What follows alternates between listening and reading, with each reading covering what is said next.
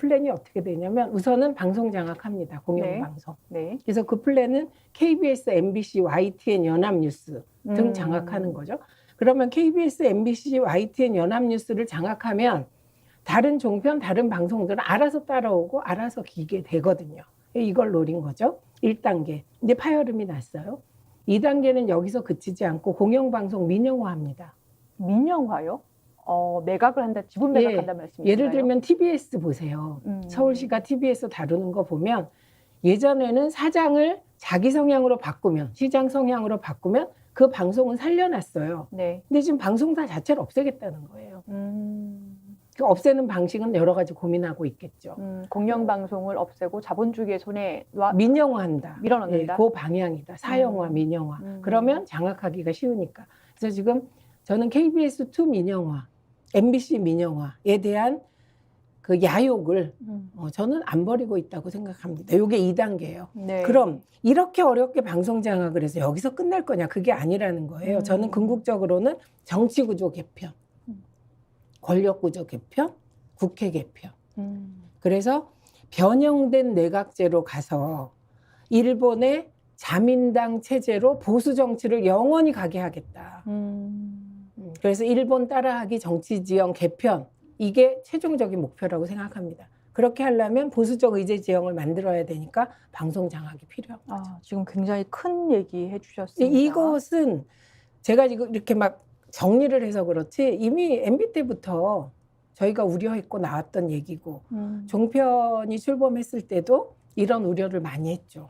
보수 의제가 세상을 지배하게 될 거다. 보수 정권, 수구 정권에서 계속해서 방송 장악을 시도한 이유, 저는 개인적으로 왜 이렇게까지 공을 들이는가 그냥 어렴풋이 알고 있었는데 장기 집권을 위한 포석으로 하는 것이다. 보수 장기 집권, 결국은 보수 장기 집권 정치 지형으로 가는 것이다. 그래서 이 정부 들어선 노골적으로 친일적인 행보를 대통령이 보이잖아요. 맞습니다. 예. 네, 그 노골적으로 보여요. 예. 그래서 더 강한 의지는 갖고 있는데 문제는 실행력과 유능함이 부족해서 뭐 좀은 우리가 시간을 벌 수 있고 또 하나는 그러니까 총선이 굉장히 중요한 겁니다. 맞습니다. 총선 때 그 방송 장악 그리고 보수적인 정치 지형 재편 쪽에 심판해야 민주주의 계속 지켜나갈 수 있죠. 저는 요즘에 오히려 의도적으로 조중동을 계속 찾아보고 심지어 종이신문도 구독을 하는데요. 그러니까 지피지기면 백전백승이라고 적들이 무슨 얘기를 하는지 봐야 되기 때문에 보기 싫어도 보고 있습니다. 와, 우리 예쁜 조수진 변호사님이 와, 적들이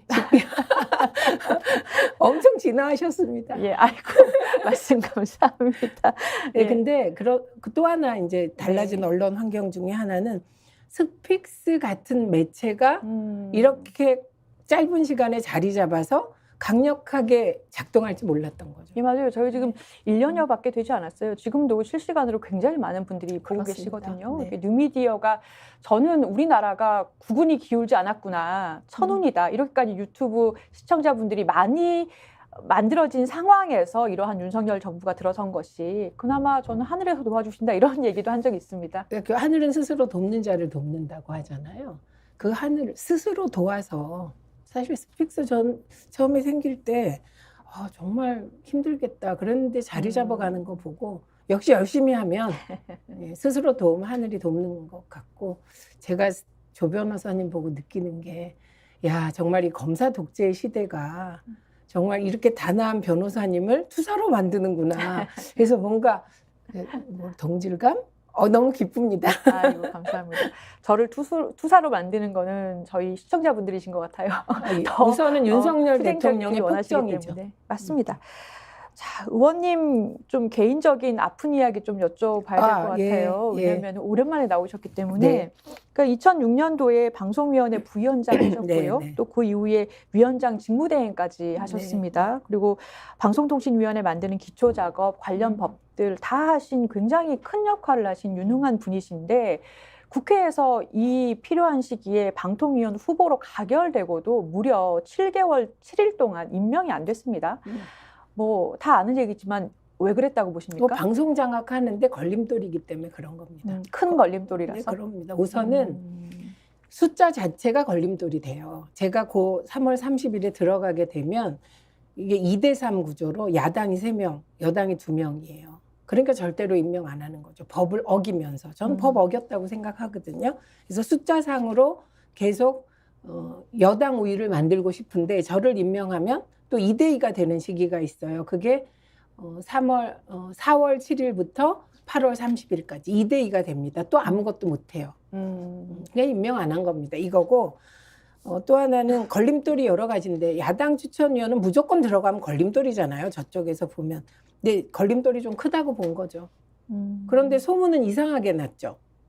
예를 들면 제가 사주가 너무 세서 안 됐다거나 네.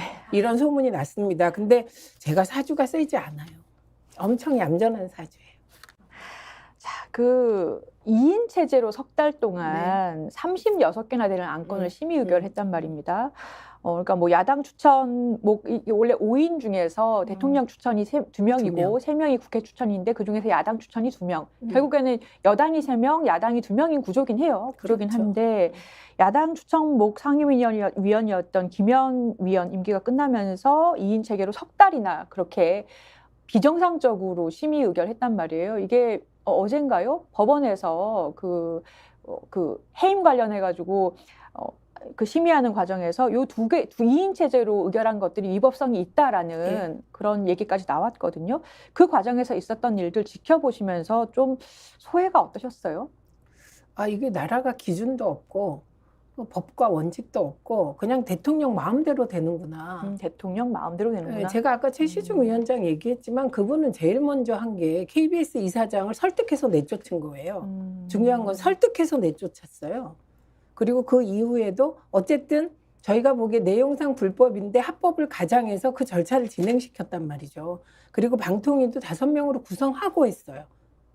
이건 지금 무슨 말이냐. 당시에 민주당이 위원 추천을 잘못했단 소리죠. 조용히 진행되게. 네. 근데 이 정부는 이건 뭐 대통령이 법을 어겨도 아무도 문제 제기를 하지 않고 이런 상황이 지속이 됐고요. 그래서 제 경우는 이 대통령의 위법 상태를 확인하기 위해 법원에 소송도 제기했어요. 부작위 위법 소송. 네. 그냥 제가 부적격이면 부적격이라고 말해라. 네. 말을 안 해요. 그리고 7개월 7일을 끄니까 부작위 위법 소송을 냈거든요. 근데 그때 저만 한 게 아니라 민주당이 냈기 때문에 그 소송은 계속 진행되고 있고. 그리고 지켜보다가 이 정부는 진짜 안 되는 정부다. 그런 생각이 들게 되었죠. 그 후보 사퇴 기자회견 하셨지 않습니까? 네. 후보 자리 그래도 중요하게 계속 투쟁 지점인데 내려놓으신 결정적인 이유는 뭘까요? 우선은 제가 방통위원 내정자예요. 이게 법제처가 저에게 준 그 직함이에요. 내정자. 예, 내정자인데 사실은 외부보다는 저는 내부와의 관계에서 그만둔